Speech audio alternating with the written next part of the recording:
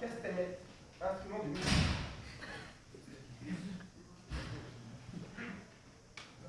Chronophage, qui occupe beaucoup de temps.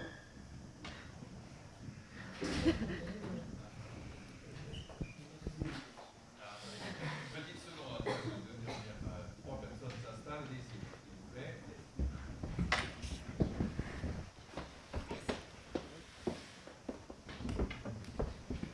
À vous. Le bien disponible doit-il revoir son agenda? À la lecture du sujet, les yeux pas vraiment en face des trous, non, nous n'étions pas en train de festoyer, mais bien de dormir, contrairement aux DPG qui eux travaillent la nuit et sont absents le jour. On s'est dit que la main innocente ayant tiré notre sujet avait bien trop été pour nous. Nous aurions pu nous contenter d'agir comme de bons pères de famille en ne considérant que le bien n'est que meuble ou immeuble. Mais comme le dit l'article 2276 du Code civil, en fait de meubles, possession vos titres. Nous avons donc décidé de nous approprier le sujet. Le bien indisponible doit-il revoir son agenda? Mais qu'est-ce que le bien?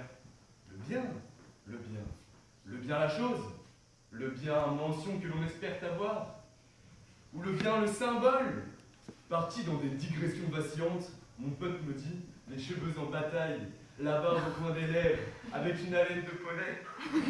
Les mecs, quel meilleur bien que la femme!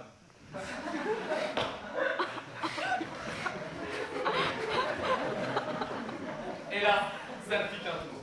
Bien disponible, agenda, c'est parti. Le bien, la femme. L'opposé du bien, le mal. Mais quel mal? Accent circonflexe, bien sûr, malgré la réforme. Ok, on tient le sujet. Redonnons ces lettres de noblesse à cet objet intimidant. Le sourire aux lèvres et les yeux foudroyants. La jupe plissée et les cheveux tirés. Les sens éveillés, l'objet tant désiré.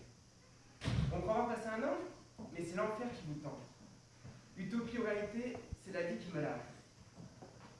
Autrefois bafoué, juridiquement incapable, et toujours sous l'emprise du mal, qui, dans sa poigne serrée, la contraint à exécuter. Aucune attitude, elle tombe en servitude. Nous la rendions indisponible. Indisponible au monde, de peur qu'elle nous échappe, de peur de ne pas avoir le contrôle, l'usage et la direction. Bref, elle ne pouvait exister sans gardien. Et nous lui avons alors donné une définition matérielle, cette chose qui n'existe que parce qu'elle est appropriée. Elle n'avait pas besoin de revoir son agenda. Sa vie était dictée. Dictée non pas par un tyran, loin de nous de penser que les hommes à cette époque étaient. Non, sa vie était dictée par la norme, les coutumes et les bonnes mœurs. Elle se devait juste d'être exemplaire, d'être une bonne mère de famille, de se donner corps et âme pour son mari et ses enfants. Alors oui, bien évidemment, de temps en temps, elle avait quelques moments de plaisir, de partage avec les autres femmes. Mais on le sait très bien, l'intérêt de la famille passait avant. En même temps, que peut-elle faire d'autre? Faire des castagnettes? Gérer son compte en banque? Impossible, elle n'en avait pas. À croire qu'il n'y a que les hommes qui sont responsables. Se pencher sur la politique du pays? À quoi bon réfléchir si on ne peut pas se faire entendre? Alors, me diriez-vous, sans mariage, sans enfant, cette femme était disponible. Elle n'était pas sous emprise. Mais repensez à ce jeune homme qui tombe fou amoureux d'une demoiselle, qui se voit jusqu'à la fin de ses jours avec, et qui se rend compte que ce bien qui est alors si cher à ses yeux n'est pas appropriable de suite. Non, ce bien est indisponible. C'est bien le père qui le tient. C'est à lui qui va devoir demander autorisation. Alors oui, c'est vrai, il n'y a rien de plus gentleman que de demander permission au père d'épouser sa fille. Mais en même temps, il n'y a pas d'acte. Mais en même temps, il n'y a pas d'acte qui rabaisse autant que devant la femme qu'on en vient. Bon, peut-être nous irons un peu fort, et que vu de l'extérieur par vous, mesdemoiselles, présentes en ce moment, vous me dites Quelle chance d'être né bien plus tard. Mais ne vous y trouvez pas. Les femmes à cette époque faisaient la même chose de leurs ancêtres. Darwin a écrit la théorie de l'évolution. La femme n'a pas échappé à cette conception. Je vais laisser mon ami continuer des heures et des heures dans ses explications chronophages. Mais non, ça y est, il y en a marre. Ça y est, il y en a marre. C'est fini la femme paillasson. Fini cette société misogyne. Fini la femme s'occupant de ses gosses et faisant à manger pour son mari. La femme du 21e s'émancipe. Elle ouvre la porte de ce siècle avec grand fracas. Et là, derrière cette porte, symbole d'une nouvelle ère, on voit apparaître la femme avec un grand F. Non plus le F de faire passer, mais bien le F de féministe. Alors, la femme a pris le micro et a créé Beyoncé. La femme s'est approprié les mots alors qu'elle donnait le sein. Elle a pris le large alors qu'elle n'était que mère. Elle a gravé les marées en laissant le mal ruminer. Et oui, messieurs, la femme travaille. Enfin, si on peut appeler ça travailler. Elle danse, chante et ne sait même plus faire une machine. C'est un revirement marquant de l'histoire de l'humanité. La femme s'affirme. Elle n'est plus le produit du mal, quoique parfois elle tourne mal. Et oui, les filles, l'émancipation a un prix. Bien sûr, ce phénomène a donné de grands noms, tels que Marguerite Duras, Simone Veil, Virginie Despentes. Mais bon, n'oubliez pas que cette émancipation et cette ère de la femme décomplexée a aussi créé Marine Le Pen, Clara Morgan, Nicki Minaj. En fermant la porte du 20e, vous auriez pu leur envoyer dans leur figure. Bien qu'on puisse penser que Le Pen en ait pris une. Bah quoi? Son père a pris un bus, il a perdu un œil. Il y a bien quelqu'un qui un jour a claqué la gueule dans la porte de sa fille pour qu'elle en perde la raison, non? Pardon, je m'égare, j'en oublie le politiquement correct.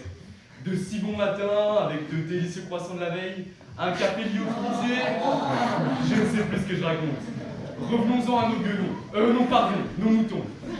Alors les filles, satisfaites de ce que vous êtes devenues? N'est-il pas temps de revoir vos priorités? Pour ça, j'ai la solution. Il suffit de l'imiter. Nous, les hommes, les vrais, on s'est assis sur le monde et on l'a piétiné. Prenez-nous comme modèle, toujours rationnel.